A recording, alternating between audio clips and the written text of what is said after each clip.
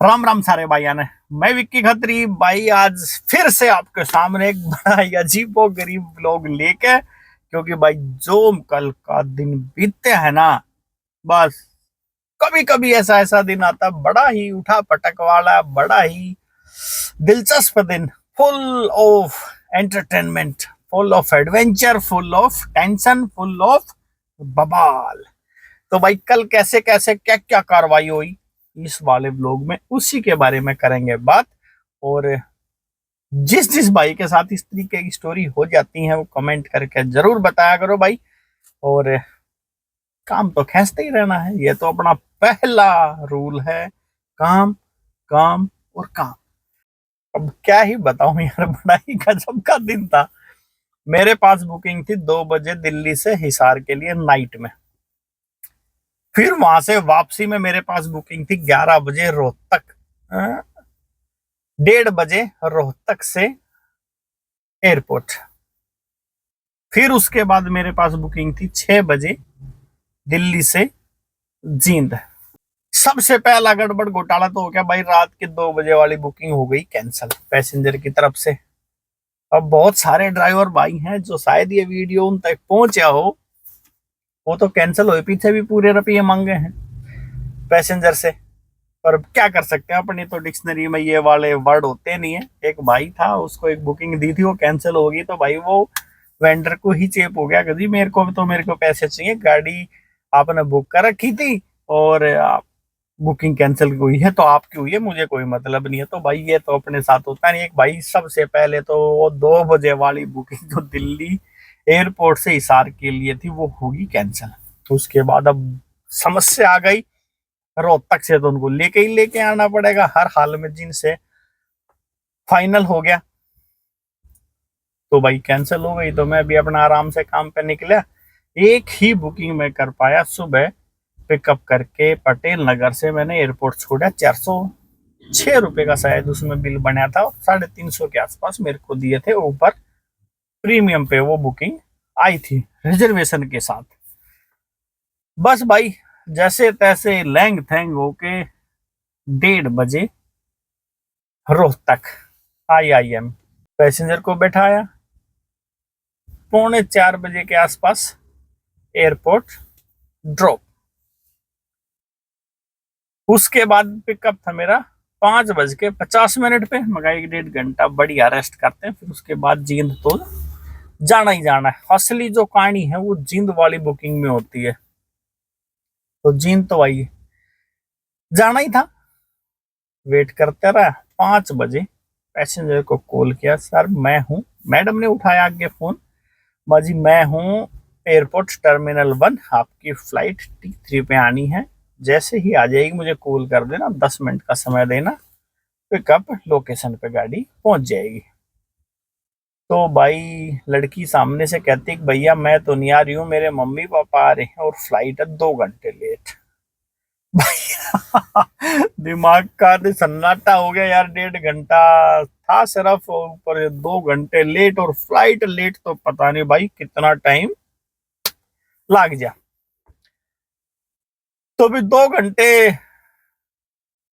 Late तो था ही मामला।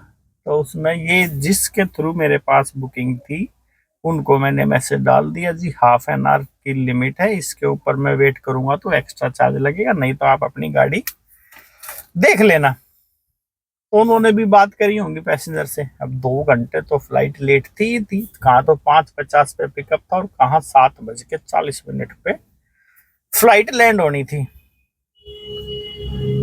तो भाई वो बाद की बातें हैं, उससे पहले की कार्रवाई कर लेते हैं। 2 घंटे बचते हैं तो मान चलो यार भी सारा दिन तो खोटी आज एक सिर्फ रोहतक वाली बुकिंग में हो ही गया है, तो जब तक कम से कम छोटा मोटा काम कर लिया जाए। तो मैंने 4 बुकिंग करी भाई एरो सिटी से एयरपोर्ट के लिए। किसी में 135, किसी में 150, किसी में 165 भी शायद एक बुकिंग में मिला है।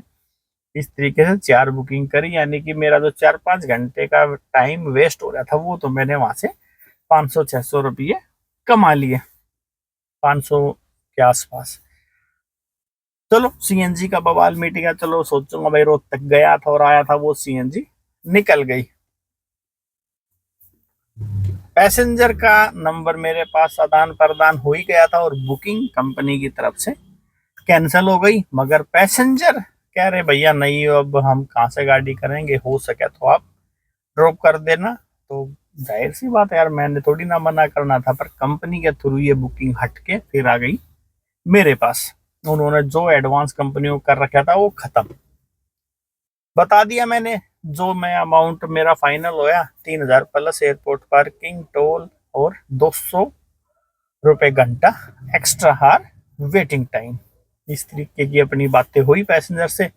भाई 7:50 पे पैसेंजर गाड़ी में बैठे, एयरपोर्ट तय लिकड़न में मैंने 2 घंटे लग गए। इतना खतरनाक, इतना कबाड़ जाम। मैं तो कहूँ भाई सांझ 6 बजे से लेके और रात के 9 बजे तक एयरपोर्ट से गुड़गांव की तरफ की बुकिंग तो ठानी नहीं है भाई। मैंने द्वारका एक्सप्रेस वे होते हुए पहुंचना था भाई। ओहो,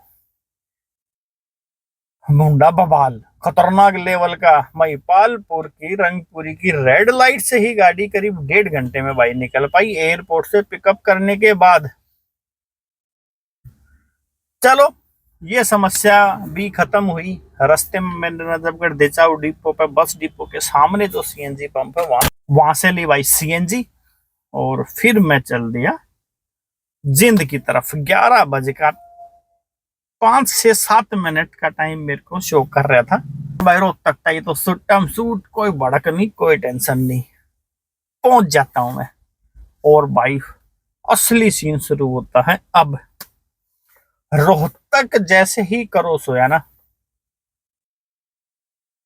भाई साहब, धुंध। बहुत गाड़ी चलाई होंगी आपने और बहुत मैं भी चला चुका हूं, पर इतनी खतरनाक लेवल की धुंध शायद ही कभी मैंने देखी हो। जैसे ही रोहतक क्रॉस होया, धुंध का बवाल खतरनाक लेवल का, एकदम सफेद चद्दर सामने। ये मान लो आप लो बीम पे गाड़ी की लो बीम करके तो सफेद पट्टी दिखाई दे रही थी।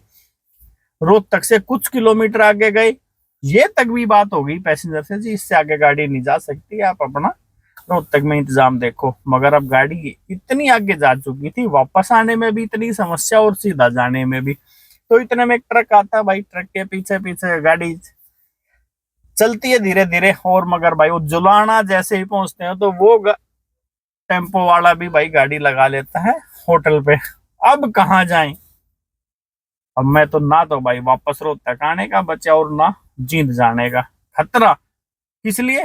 3-3.5 हजार था यार, जिंदगी दाव पे लगानी। तो मैंने साफ मना कर दिया जी, गाड़ी नहीं जा सकती तो नहीं जा सकती यार, कोई भी गाड़ी नहीं आ रही। हमें ही क्या आग लग रही थी कि जो भाई पहुंचना ही चाहिए, कौन सा आग बुझानी थी उड़े जाके यार।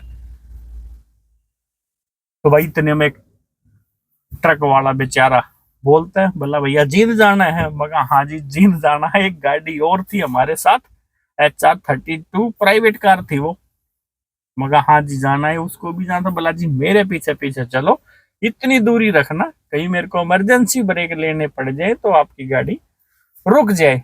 तो भाई जुलाना से लेके जींद बस स्टैंड तक 24 किलोमीटर तक उस ट्रक वाले भाई ने हमें पहुंचाया। तो भाई का हाथ जोड़ के बहुत बहुत धन्यवाद। और इस तरीके की मदद करने वाले ड्राइवर अगर रोड पे होना तो इस लाइन से बढ़िया, इस बिजनेस से बढ़िया कोई बिजनेस नहीं भाई। मगर इस तरीके के बंदे चाहिए। आगे से उन्होंने ऑफर करा जी मैं जीत जाऊंगा, मेरे पीछे पीछे चलो। तो भाई आखिरकार 1 बजे, कहाँ 11 बजे पहुंचने का टाइम शो कर रहा था, 1 बजे जींद पहुंचे हैं। जैसे तैसे पहुंचे हैं। सवारी ने भाड़ा तो दिया ही दिया, ऊपर से बढ़िया इज्जत करी, चाय पानी पिया, खाने तक का भी बोल रहे थे पर मैंने खाया नहीं खाना भाई।